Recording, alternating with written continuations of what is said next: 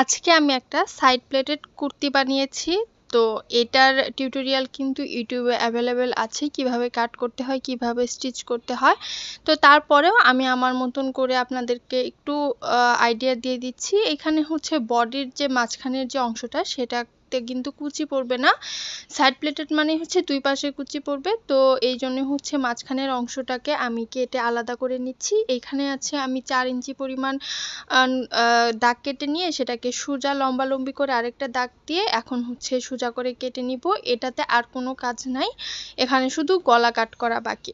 তো এটাকে কেটে এভাবে আলাদা রেখে দিচ্ছি। এখন এইখানে হচ্ছে আরমোলের অংশ প্লাস হচ্ছে আমার যে সাইডে যে কুচিটা পড়বে সেই অংশটা এখানে আমি কাট করে নিব। দেখতেই পারবেন এইখানে হচ্ছে আমি আরমোলের অংশটা কাট করে যখন বডির অংশটা কাট করব তখন নিচের থেকে আর কিছু কাটবো না। তো ওইখানে অনেকটুকু কাপড় থাকবে আর বডির অংশে কাপড় থাকবে কম, সেইখানে হচ্ছে আমার কুচিটা পড়বে। সাইড প্লেটেড কুর্তিগুলো কিন্তু জয়পুরি প্রিন্টের কাপড়ের উপরে অনেক বেশি ভালো লাগে। তো আমি এই টাইপেরই একটা কাপড় নেওয়ার চেষ্টা করেছি। তো আপনাদের পছন্দ অনুযায়ী আপনারা নিতে পারেন। তো এটা হচ্ছে আমি 2.5 হাত বহরের 120 টাকা করে গজ নিয়েছি এই কাপড়টা আমার।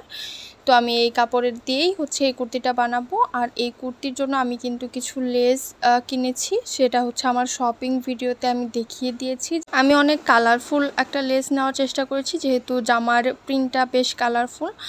তো যাই হোক, এখন আমি হচ্ছে হাতাটা কাট করে নিচ্ছি। হাতাটা হচ্ছে আমি কুচি দিয়ে করব, তাই জন্য হচ্ছে একটু কাপড় বেশি লেগেছিল। তো এই তো আমি হচ্ছে এরকম 4টা পার্ট যেহেতু বের হয়েছিল, আমার সামনে 2টা পেছনে 2টা, এগুলো হচ্ছে জয়েন্ট করে কুচি দিয়ে তার উপরে এই লেসটা বসিয়ে নিলাম। আমি 4টা পার্টেই হচ্ছে এরকম একই সিস্টেম করে লেস বসিয়ে নিয়েছি সামনে পিছনে দুই পাশেই। এখন হচ্ছে যে 4 ইঞ্চি কাপড়টা আমি আলাদা করে স্ট্রেট করে কেটে রেখে দিয়েছিলাম, সেই কাপড়টার সাথে আমি হচ্ছে সামনের 2টা বডি পার্ট আর হচ্ছে পেছনের 2টা বডি পার্ট আমি হচ্ছে অ্যাটাচ করে দিব এখানে সেলাই করে। একদম আগা থেকে একদম শেষ পর্যন্ত এরকম সোজা করে সেলাই দিয়ে আটকে নিব। এখন যে সেলাইটার জোড়াটা পড়েছে সেই জোড়াটা যাতে না দেখা যায়, আমি ওই জোড়াটার উপরে সোজা লম্বালম্বি করে এরকম একই লেস আবার হচ্ছে বসিয়ে দেব।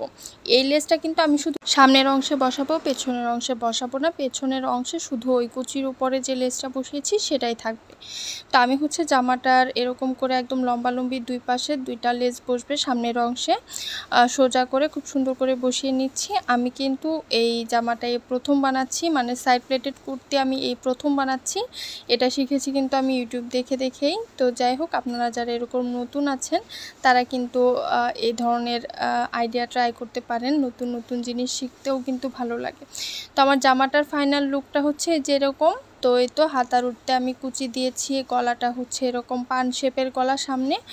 আর এই তো হাতা হচ্ছে কুচি দিয়েছি যাতে এখানে একটু ফুলে থাকবে, এটা দেখতে ভালো লাগবে পরার পর। আর হাতার নিচে হচ্ছে আমি যেরকম করে লেস দিয়ে দিয়েছি, 2টা হাতার একই ধরনের। আর হচ্ছে এখন সোজা যে লম্বালম্বি লেসটা সেটা হচ্ছে জোড়ার উপরে বসেছে। আর সামনে দেখেন এখানে কিন্তু কোনো কুচি নেই, দুই সাইডে হচ্ছে কুচিটা পড়েছে। তো আমি সবসময় চেষ্টা করি এরকম, যখন থেকে কাজ শিখেছি নতুন নতুন কিছু কাজ করি আর আপনাদের সাথে শেয়ার করি। জানি না আমার ভিডিওগুলো আপনাদের কাছে কেমন লাগে এটা কিন্তু অবশ্যই আমাকে কমেন্টে জানাতে পারেন। আর আমার ড্রেস মেকিংয়ের ভিডিও আপনাদের কাছে যদি ভালো লাগে তাহলে কিন্তু আমি এরকম ভিডিও আরও মেক করব। আর গজ কাপড় দিয়ে এরকম ইউনিক ড্রেস বানাতে কার কার ভালো লাগে তারা কিন্তু আমাকে জানাবেন। আর কিছু আইডিয়া থাকলে অবশ্যই আমার সাথে শেয়ার করবেন যে কী টাইপের ড্রেস বানালে ভালো হবে বা এরপরে আমি কোন ড্রেসটা ট্রাই করব। আজকের ভিডিওটা এখানেই শেষ করে দিচ্ছি। সবাইকে অনেক অনেক ধন্যবাদ।